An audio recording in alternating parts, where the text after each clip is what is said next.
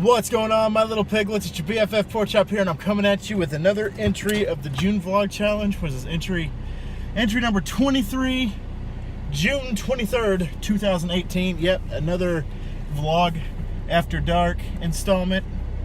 I just got off work again. I had to work 2 back-to-back 5 to 10 shifts cooking, which today was a little bit easier. Wasn't that hard because Saturday is not as busy as Friday for some odd reason here at the restaurant.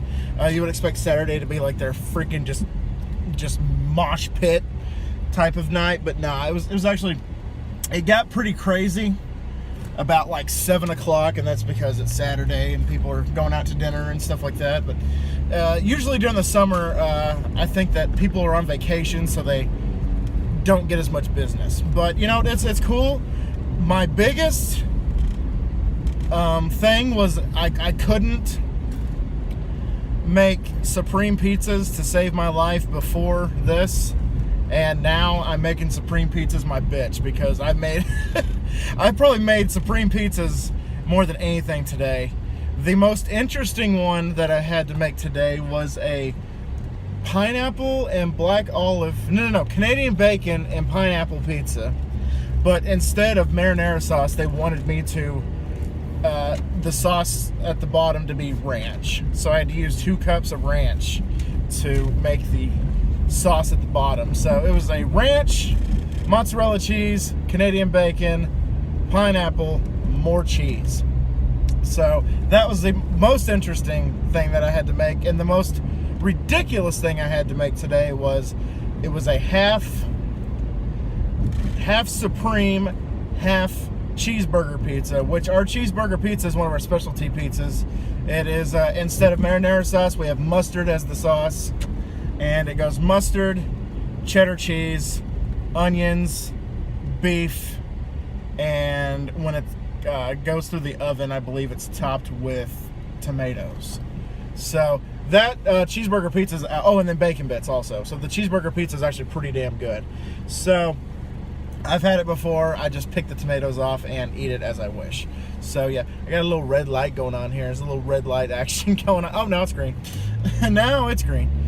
So the interesting thing also that happened today was I pretty much cooked the pizzas by myself. During the rush, I did have to have Tim and Chico come in and help me, which was fine. I could use all the help that I could get at that point, because it was pretty ridiculous. So from like 5 to 7, I was by myself cooking pizzas just fine, and then from about 7 to about, I want to say about 8 o'clock, I had to have Tim and Chico step in and help me, because it got redonkulous because of the dinner rush. And then about 8 to 10, I was pretty much by myself fixing everything. So good learning experience. Yesterday was hell, and I'm glad that my first day of actually cooking was one of the busiest days I've ever experienced working there, because that is a damn good template to have, because it was so busy. Now I can treat every single shift with confidence, because I've seen some shit, you know. So I'm happy about that. So tomorrow, actually today, is a happy National Pecan Sandy Day. So get yourself a Keebler Pecan Sandies, little cookies, and go nuts, because it's National Pecan Sandy Day. I wish I could, but I don't want to right now. And I am hankering. I'm having a freaking craving. I've had it for 2 days now, ever since I watched Brad tries the pickle snow cone slush from Sonic. Brad is the cinema snob, which is also a Stone Gremlin Productions. So every once in a while he'll try like a food item, or he'll try a drink, and so this week he tried the pickle juice snow cone slush from Sonic, and I've had it before. I had it the day it came out. Like I said, it was good. It was something that I would have to have a hankering for to try again, and I'm having a hankering for it. So my word is set in stone when I said that, because now I have a hankering for it and now I want it. But for like the first like week, I didn't want it again, but now I do because he tried it. It's a sour sweet taste. It is pickle juice with the slush mix. That's pretty much it. And slush mix is pretty much liquefied sugar crystals. And closest you can get to crystal meth, like from Breaking Bad, is the slush mix. So very interesting thing happened. Well, not really interesting, very sad thing. Vinnie Paul, the drummer for Pantera, passed away yesterday, and it just, that's so heartbreaking, because he is such a big Kiss fan, and he was so involved in the Kiss community that he was a staple when it came to being a Kiss fan. So he was a good guy.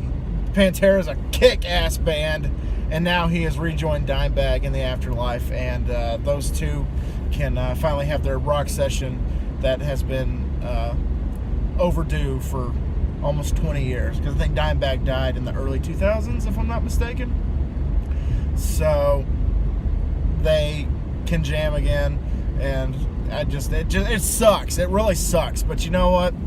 It's, he's in a better place now. He's again, was a fantastic drummer, and everybody thought the world of him. Like, I think Gene and Paul, both from Kiss, had statements regarding how sad it was, and even Ace Frehley had something to say about it, and Ace Frehley doesn't really talk about stuff like that very often. So that was good to hear Ace say that he was a good guy. He was a dear friend, and he will be missed, which is sad. So for dedication to Vinnie Paul, I'm gonna be adding Cemetery Gates to the 30 Days playlist on my Spotify. So Cemetery Gates is being added as a tribute to Vinnie Paul. Very sad, very hard to read that, and it just, another badass of rock and roll and metal gone too soon. So there we go. My hair is ridiculous. You guys could have told me my hair was a little ridiculous, but that's okay. So gone too soon, and man, it sucks. But so yeah, that's all I have to say about that. And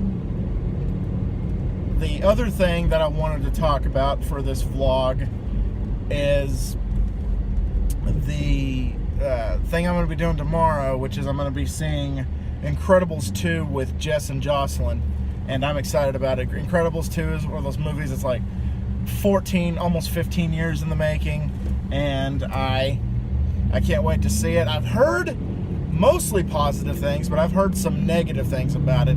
Like, there was one article that said it was not worth the wait, that they just acted like they didn't give a shit. That guy behind me is being a jackass. Thank you very much. They just like rushed it out, just trying to make a cash grab, because Disney needs more money. Disney probably needs money because Solo cost them so much money. So I mean, I can see why, but I've only heard like 2 negative things. I know it's certified fresh on Rotten Tomatoes, which Rotten Tomatoes is not really a staple for me, because there are plenty of movies that I adore that Rotten Tomato just shits on, and that's okay. I ranked that up there with Cecil and Ebert, which Cecil and Ebert, I was a little too young to experience them, but they also, the movies that were around when they were alive and doing movie reviews, most of the movies that I love, they shat on like crazy. So, I mean, the only movie reviewer's opinion that I give a flying shit about, oh god, dude, Jesus, terrible drivers again tonight, man. I only care about 3 people's opinions when it comes to movie reviews. That is Chris Stuckman, Flick Pick, and the number one for me is Jeremy Johns. If Jeremy Johns says a movie sucks, and Flick Pick says the movie sucks, and then let's say Stuckman said the movie was good, I'll probably take my chances. If all 3 of them say the movie is good, I'm definitely going to see it, and if all 3 of them say it sucked, I will probably try to avoid it, because, three's company. So that's all I have for today, guys. 10 minutes exactly as I pulled up. So thank y'all so much once again for dropping by. I hope everybody's having a great start to the weekend, and I hope everybody enjoys the rest of the weekend and just goes into next week and kicks ass. So thank y'all so much once again for dropping by, and always remember, my little piglets, Colin Pork Chop loves y'all the mostest. Y'all take it easy, guys, and I will see y'all manana. Bye, guys!